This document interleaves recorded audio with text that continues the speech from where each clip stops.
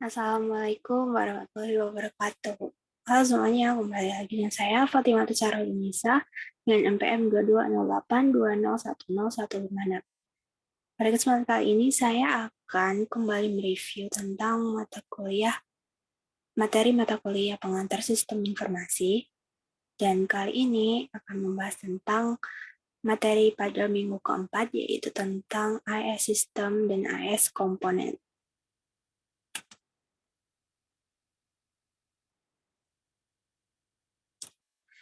Yang pertama tentang sistem. Sistem adalah seperangkat komponen yang saling terkait dengan batas yang jelas, bekerja sama untuk mencapai serangkaian tujuan bersama dengan menerima input dan menghasilkan output dalam proses transformasi yang terorganisir. Sedangkan informasi sistem sendiri berarti sistem yang menerima sumber daya berupa data sebagai input dan juga memprosesnya menjadi produk informasi sebagai output. Sistem. Untuk gambaran lebih jelasnya seperti ini. Terdiri dari control of system performance. Jadi prosesnya pertama ada input data, yaitu kita memasukkan data-data ke sistem pengolah atau pemproses. Kemudian dalam proses kita memproses data tersebut agar bisa menjadi suatu informasi yang berguna dan dikeluarkan menjadi output. Informasi tersebut akan digunakan oleh penerimanya sebagai sesuatu yang bermanfaat. Kemudian ada feedback. Nah, dalam feedback ini kita mengevaluasi apa saja yang kurang, apa saja yang perlu diperbaiki, dan ini termasuk dalam kontrol dari sistem performance. Kemudian ketika dalam keempat urutan ini, keempat angka ini, ketika telah menyelesaikan urutan proses, maka juga ada storage of data resources. Jadi data itu selain didistribusikan juga bisa disimpan.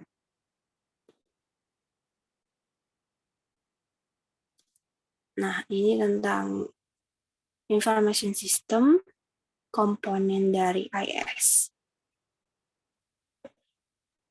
Komponen yang pertama adalah people. People di sini adalah manusia. Biasanya berupa end users dan IS specialist. End users ini adalah orang-orang yang menggunakan produk atau menggunakan sistem terakhir. Jadi seperti pelanggan, itu termasuk end users. Dan IS specialist adalah pengembang dari sistem tersebut. Kemudian komponen yang kedua adalah data, berupa data dan juga knowledge bases. Yang ketiga ada software, bisa berupa programs dan juga prosedur. Nah, software ini bisa termasuk dalam aplikasi software, juga sistem software. Dalam aplikasi software itu ada, misalnya pengolah kata, aplikasi pengolah kata, software pengolah kata, spreadsheet, grafik, video, email, kemudian business application, transaction processing, accounting, human resources, dan juga database. Nah, kalau dalam sistem software itu bisa berupa sistem seperti keamanan, kemudian file management, device control, communication, dan juga bisa operating system. Kemudian komponen yang keempat adalah hardware, berupa mesin dan media. Biasanya dalam proses input, proses, dan juga output itu menggunakan hardware, dan biasanya berupa komputer umumnya. Kemudian komponen yang kelima adalah network, communication media, and network support.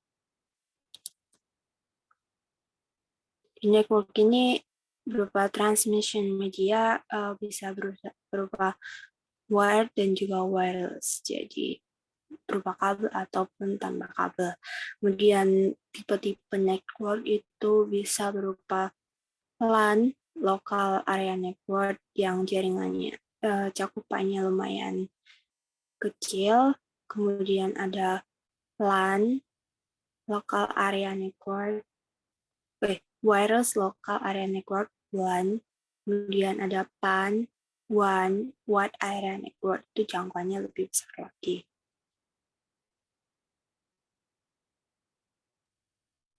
Nah, sekian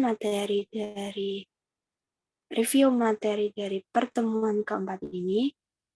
Semoga bisa bermanfaat. Terima kasih. Wassalamualaikum warahmatullahi wabarakatuh.